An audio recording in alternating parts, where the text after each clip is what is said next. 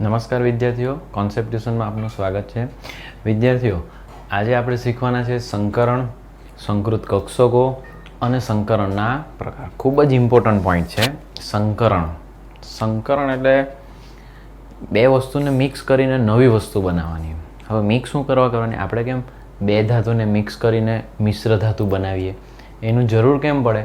તો આ એક ધાતુમાં 5 ગુણધર્મો હોય, બીજી ધાતુમાં બીજા 4 ગુણધર્મો હોય. એ બેને જો મિક્સ કરીએ તો આપણે કેટલા ગુણધર્મો મેળવી શકીએ? 9 ગુણધર્મો મેળવી શકીએ એક જ ધાતુમાં. તો તે ટાઈપનું છે સંકરણ, સંકૃત કક્ષકો અને સંકરણના પ્રકાર. તો સંકરણ એટલે શું? તો સંકરણમાં પહેલાં તો પરમાણ્વીય કક્ષકો ભાગ લે. અને કઈ પરમાણ્વીય કક્ષકો? 12ની, એટલે સંયોજકતા કક્ષક. બરાબર? એટલે સંયોજકતા કક્ષકો સંમિશ્રણ થાય. સંમિશ્રણ એટલે સરખા પ્રમાણમાં મિશ્રણ થાય અને સમાન આકાર અને સમાન ઉર્જાવાળી બીજી એટલા જ પ્રમાણ જેટલી મિશ્ર થાય ને તેટલા જ પ્રમાણની કક્ષકો બનાવે. તેને કહેવામાં આવે સંકરણ. જો હવે તમને કોઈ ઉદાહરણ, મસ્ત ઉદાહરણ આપું એક, કે મારી પાસે છે ને લોખંડના સળિયા છે.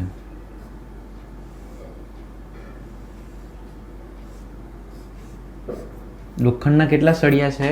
3 સળિયા છે. જો બધાનો આકાર અને ઊંચાઈને એવું કેવું છે? અલગ અલગ. હવે આ 3ને એકબીજામાં મિશ્ર કરી દેવામાં આવે અને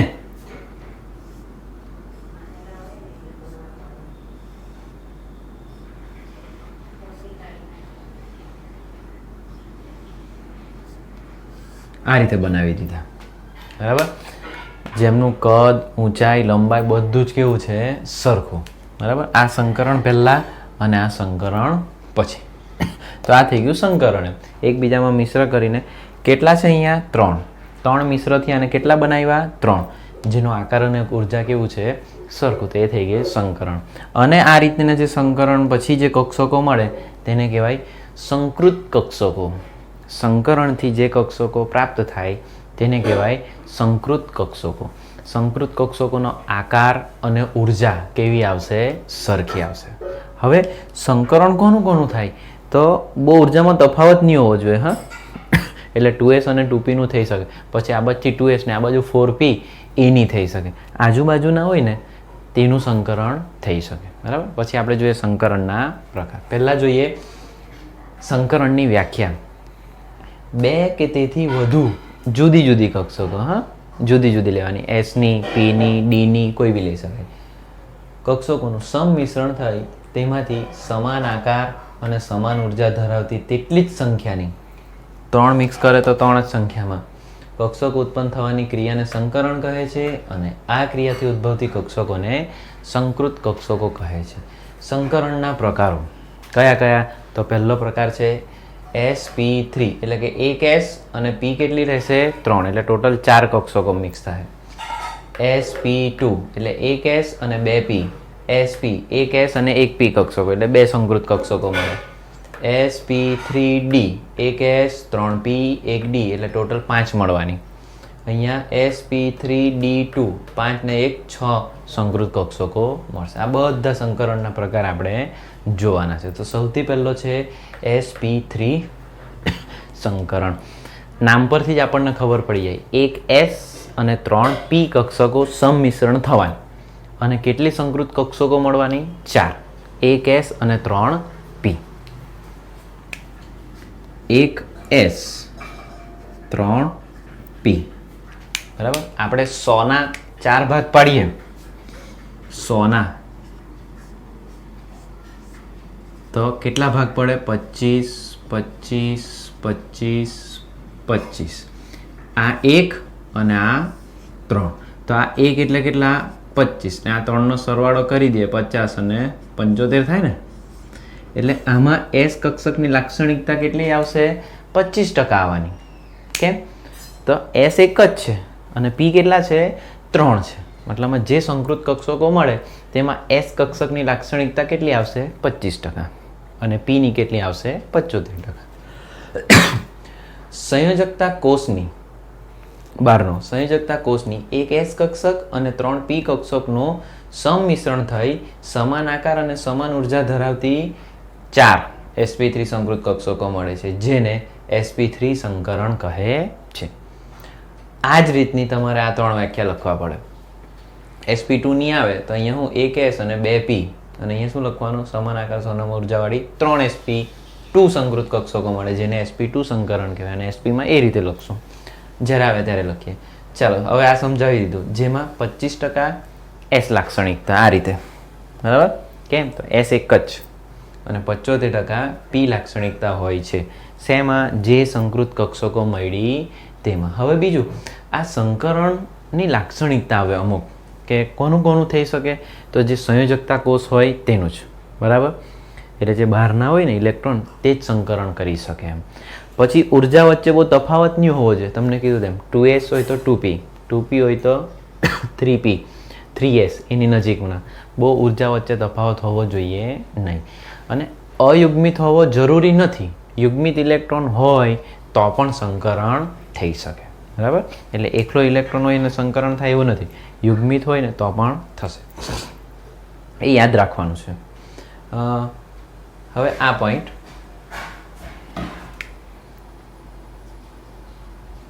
આ 4 sp3 સંકૃત કક્ષકો, હા, આ ખાસ કઈ રીતે ગોઠવાયેલા છે?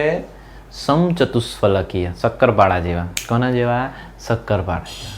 એમ અહીંયાથી આમ, અહીંયાથી આમ ને અહીંયાથી આમ, બરાબર? સમચતુષ્ફલકીય આકારમાં ગોઠવાયેલા હોય. અને બીજો, આ એક બીજો કે એનો ખૂણો sp3 સંકૃત કક્ષકો વચ્ચેનો ખૂણો કેટલો યાદ રાખવાનો છે આપણે? બંધ કોણ જેને કહીએ 109.5. કેટલો? 109.5. એટલે આટલું sp3 સંકરણમાં આપણે યાદ રાખીશું. અને જો સમજાવવું હોય તો શેમાં sp3 સંકરણ થાય? તો મિથેન એટલે CH4, ઇથેન એટલે C2H6, propane, butane, pentane, hexane, alkane શ્રેણી બધી જ. પછી એક બીજું ઉદાહરણ મેં આ સમજાવું. હા, થિયરિટિકલ જો લખવું હોય તો ચોપડીના મુદ્દામાંથી લખી શકાય. NH3 અહીંયા કદાચ નહીં દેખાતું હોય, એનું નામ છે એમોનિયા. H2O એટલે પાણીમાં sp3 સંકરણ જોવા મળે છે. ચાલો હવે મેં તમને જરાક બતાવું sp3. જો સૌથી પહેલાં શેમાં બતાવું? CH4 મિથેનમાં. તો કાર્બનની ઇલેક્ટ્રોન રચના આમ આમ. Z બરાબર કેટલા છે? 6. 1s2, 2s2, 2p2, બરાબર? ખાનું પાડવાનું. 1s, 2s, 2p. આ રીતે બતાવો. પહેલાં એકમાં જ બતાવું. આ 1s પહેલો ક્વોન્ટમ આખો ભરાઈ ગયો. હા, એટલે આ તો ગણતરીમાં આવે જ નહીં. આપણને તો કોણ જોઈએ? સંયોજકતા જોઈએ. 2s માં 2 ઇલેક્ટ્રોન અને 2pમાં 2 ઇલેક્ટ્રોન. આ કાર્બનની ભૂમિ અવસ્થા. પણ કાર્બન ઉત્તેજિત અવસ્થાની સ્થિતિ. ઉત્તેજિત અવસ્થામાં શું થાય? આ જે યુગ્મીકરણ જે છે ને તે ખસીને અહીંયા આવશે. આ છે 2px, આ છે 2py ને આ છે 2pz. હવે સંયોજકતા કોષ થઈ ગઈ ને? આયરા સંયોજકતા કોષ. હવે શું થવાનું? કયું સંકરણ થવાનું છે? 1s અને 3p. આયરા આ સંકરણ થવાનું. આ કયું સંકરણ થઈ ગયું? sp3 સંકરણ. અને શું થશે? આ 4 સંકૃત કક્ષકો બની જાય. એટલે બધે કક્ષકોનો આકાર અને ઉર્જા કેવી રહેવાની? હવે સરખો થઈ જવાનો. આ s ની 1 અને p ની 3 એટલે આ 4 કક્ષકોનો આકાર કેવો રહી ગયો? સરખો થઈ ગયો સંકરણ પછી. હવે જો બધા કેવા છે? અયુગ્મિત ઇલેક્ટ્રોન છે. હવે એના સાથે હાઇડ્રોજન ગોઠવાઈ જાય. એટલે આ જે કાર્બન જે છે ને, આપણે લખ્યું જ છે ને કાર્બન લુઈસ બિંદુ. આયરા 1, 2, 3 અને 4. હવે તેના સાથે કોણ ગોઠવાવાનો? હાઇડ્રોજન, બરાબર? એટલે યુગ્મિત થઈ ગયો. અહીંયા જો બતાવી શકું તો એ હાઇડ્રોજન બધા સાથે ઊંધી સ્પિન રાખીને ગોઠવાય. 1, 2, 3 અને 4. આ 1 બનાવી દીધો. એટલે શું બની જશે? CH4, જેનો આકાર સમચતુષ્ફલકીય આવશે. કેવો આવશે? સમચતુષ્ફલકીય. એ કઈ આ રીતેનો ગોઠવાયેલો હોય, પછી આ રીતે જોડવાના હોય. એમ કરીને એનો આકાર કેવો બનશે? સમચતુષ્ફલકીય. કોનો? CH4. અને આ જે કોણ આવે ને બંધ કોણ H C અને H, આ જે છે તે છે 109.5. અહીંયા મેં લખેલું છે 109.5 અંશ. બરાબર, આટલાનો બંધ કોણ છે શેમાં? CH4. બરાબર, મિથેનનું સમજી દીધું. બધા એક એક બંધ બનાવી દે. આ બંધ સિગ્મા બંધ બનશે તે આપણે પાછળ જોશું આલ્કીનમાં. એટલે આ શેની વાત કરી? મિથેનમાં. તે જ પ્રમાણે શેમાં થશે? ઇથેનમાં. જરાક ઝડપથી જોઈ લે. એમાં હવે ઇથેનમાં કાર્બન કેટલા આપેલા છે? 2. જો 1 2 3 4. આ બીજો 1 2 3 4. આયરો આ એક બંધ બની જવાનો. થવાનું તો બંને કાર્બનમાં જ થવાનું, પણ હવે અહીંયાના એક 2s માં શું થશે? બંનેનો કાર્બન અને કાર્બનનો જ ઇલેક્ટ્રોન, અને બાકીના 3 સાથે કોણ આવશે? હાઇડ્રોજન આવશે. એટલે 2p વાળામાં હાઇડ્રોજન જશે. આયરો અહીંયા હાઇડ્રોજન થઈ ગયા ને. આ રીતેના બંધ બનાવી દીધા. આ C2 અને H કેટલા થાય ગણીને જઈએ તો H6, C2 H6, અથવા તો આને કહેવામાં આવે CH3 CH3. એટલે શું થશે? ઇથેન. બરાબર, બધામાં કયું સંકરણ? બંને કાર્બનમાં કયું સંકરણ થયું? sp3 સંકરણ. ચાલો હવે આપણે વાત કરીએ NH3. NH3 માં શું નવું થાય એમ? તો નાઇટ્રોજન, કાર્બન પછી નાઇટ્રોજન. Z બરાબર 7. 1s 2s અને 2p. આ એક અને આ 3. 1 2 3 4 5 6 અને 7. બરાબર, આની અંદર પણ કયું સંકરણ જોવાનું છે આપણે?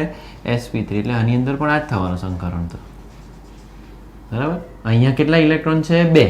s પાસે 2 છે, આની પાસે 1, આની પાસે 1 ને આની પાસે. એવું જરૂર નહીં મળે કે એક હોવો જ જોઈએ. બરાબર, એટલે આની પાસે ભલે 2 હોય. હવે નાઇટ્રોજન પાસે આ 2 જે છે ને તે આપણે આ રીતે લખી દઈએ. બરાબર, અને આ જે p કક્ષક વાળા તેને મેં અહીંયા લખું. થઈ ગયા 5 ઇલેક્ટ્રોન થઈ ગયા. અને હવે અહીંયા કોણ ગોઠવા છે? હાઇડ્રોજન ગોઠવાના. એક હાઇડ્રોજન. બરાબર, હવે અહીંયા બીજો હાઇડ્રોજન. આ બંધ બનાવ્યા. થઈ ગયા ને આ રીતે. એટલે આ તો કેવો છે?